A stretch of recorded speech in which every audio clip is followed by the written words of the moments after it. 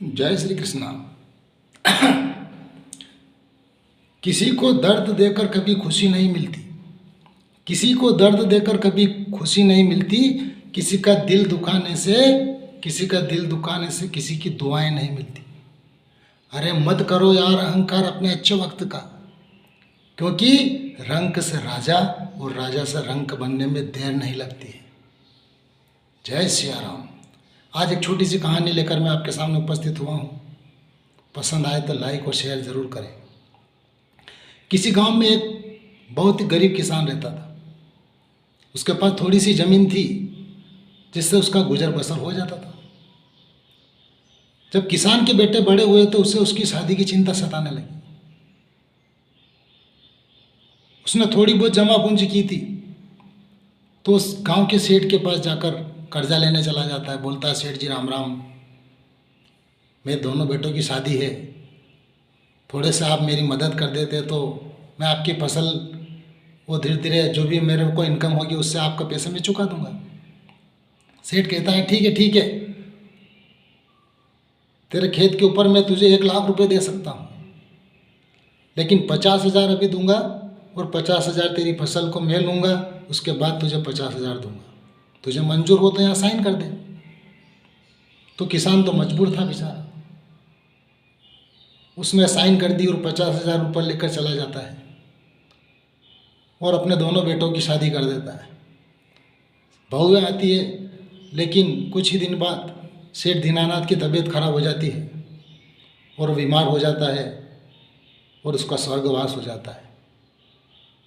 तो दोनों बेटे जो है वो सेठ के पास चले जाते हैं कि सेठ जी राम राम, आपने हमारी फसल भी ले ली और आपने बोला था कि 50,000 रुपये और आप फसल के बाद देंगे, तो कृपा करके आप 50,000 रुपये दे दीजिए। हमारे पिताजी का भी देहांत हो चुका है, हमें पैसों की सख्त ज़रूरत है। तो सेठ जी कहता है, हाँ, तुम्हारे पिता ने तुम्हें क्या बताया था? सेठ बोला कि पिता ने तो यही कहा था कि फसल पकने के बाद सेठ साहूकार हमें 50,000 रुपये और देगा, हमें उसको फसल के बाद 50,000 लेना है। तो सेठ मुकर जाता है। सेठ बोलता है, अरे नहीं, उसने तुम्हें पूरी बात नहीं बताई है। दोनों बेटे डर जाते। कौन सी बात? सेठ कहता है कि मैंने उसे बोला था कि तेरे बेटे अगर मेरे 3 सवालों का सही जवाब देंगे तो ही मैं उन्हें 50,000 रुपये दूंगा, नहीं तो नहीं दूंगा मैं। दोनों बेटे बीच बड़े घबरा जाते हैं। वो सोचते हैं कि कौन से 3 सवाल?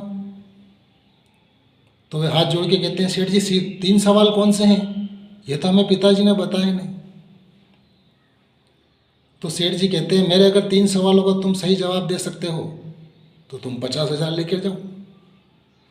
पहला सवाल है, इस छोटे घड़े के अंदर बिना तुम्हें बड़ा घड़ा डालना है। छोटे घड़े को बिना तोड़े इसमें बड़ा घड़ा डालना है। छोटे घड़े को नहीं तोड़ना है और बड़ा घड़ा इसके अंदर डाल देना। वो कहते हैं ठीक है। दूसरा सवाल ये पूछते हैं कि तुम्हें मेरा जो सर है इसका बिल्कुल सही वजन बताना है, किसका वजन कितना है। अगर तुमने वजन थोड़ा सा भी कम ज़्यादा बताया तो मैं तुम्हें पैसा नहीं दूंगा। वो ठीक वो कहते हैं, बेटे बोलते हैं, चलो ठीक है, ये भी ठीक है। तीसरा सवाल पूछते हैं कि तुम्हें मेरी दुकान के अंदर जो अनाज पड़ा है उसको बिना बाहर निकाले, वो गीला है, उसको बिना बाहर निकाले सुखाना है। अब बेचारे किसान के बेटे ज़्यादा पढ़े लिखे तो थे नहीं। तीनों सवालों को पढ़कर वो तो बड़े घबरा गए। उन्होंने कहा, ठीक है सेठ जी, हमें थोड़ी सी मोहलत दें, हम विचार करेंगे आपके सवालों का जवाब देने का। वे बड़े थके परेशान से निराश होकर आ रहे थे। रास्ते में उन्हें उनके गुरु मिल जाते हैं। वो नमस्कार करते हैं, गुरुदेव प्रणाम। गुरुजी कहते हैं, अरे अजय विजय, तुम बड़े निराश दिख रहे हो, क्या हो गया? दोनों बेटे बोलते हैं, क्या करें गुरुजी, हम तो मुसीबत में फंस गए हैं। हमारे 50,000 रुपये भी चले गए हैं और हमारे पिताजी भी चले गए, और अब हम सेठ से 50,000 कैसे लें? वो सारी बात गुरुजी को बताते हैं। गुरुजी समझ जाते हैं कि सेठ बड़ा चालाक और चतुर और होशियार है। वे उन दोनों के कान में उन तीनों सवालों के जवाब समझा देते हैं कि जाओ, ये तीनों सवालों के जवाब हैं, जाकर उस सेठ को जवाब दो और अपने पैसे लेकर आओ। दोनों बड़े खुश हो जाते हैं, गुरुजी के चरण छूते हैं, आशीर्वाद लेते हैं और वो सेठ के पास चले जाते हैं। सेठ जी प्रणाम। सेठ जी कहते हैं, अरे आओ आओ, कहो कैसे आना हुआ। तो जय विजय कहते हैं, अरे आपके सवालों का जवाब देना आए हैं ना, हमको 50,000 जो लेना है। तो सेठ कहता है, अरे ये बिना पढ़े निरा मूर्ख मेरे सवालों का जवाब कैसे दे पाएंगे। तो बोलते, चलो चलो जवाब दो। तो पहला सवाल था आपका कि इस छोटे मटके के अंदर बड़े मटके को डालना है, छोटे मटके को तोड़ना नहीं। तो वो बड़े मटके को तोड़ डालते हैं और उसके टुकड़े लेके छोटे मटके में डाल देते। सेठ देखकर बड़ा आश्चर्य में पड़ता, अरे वाह, इन्होंने तो मेरे पहले सवाल का जवाब दे दिया। सेठ कहता है, मेरे दूसरे सवाल का जवाब दो। दूसरा सवाल था कि दुकान के अंदर पड़ा गीला अनाज को बिना बाहर निकाले धूप में रखे सुखाना। तो दोनों हथौड़ा गेंती फावड़ा लेकर सेठ की दुकान की छतें तोड़ने लग जाती।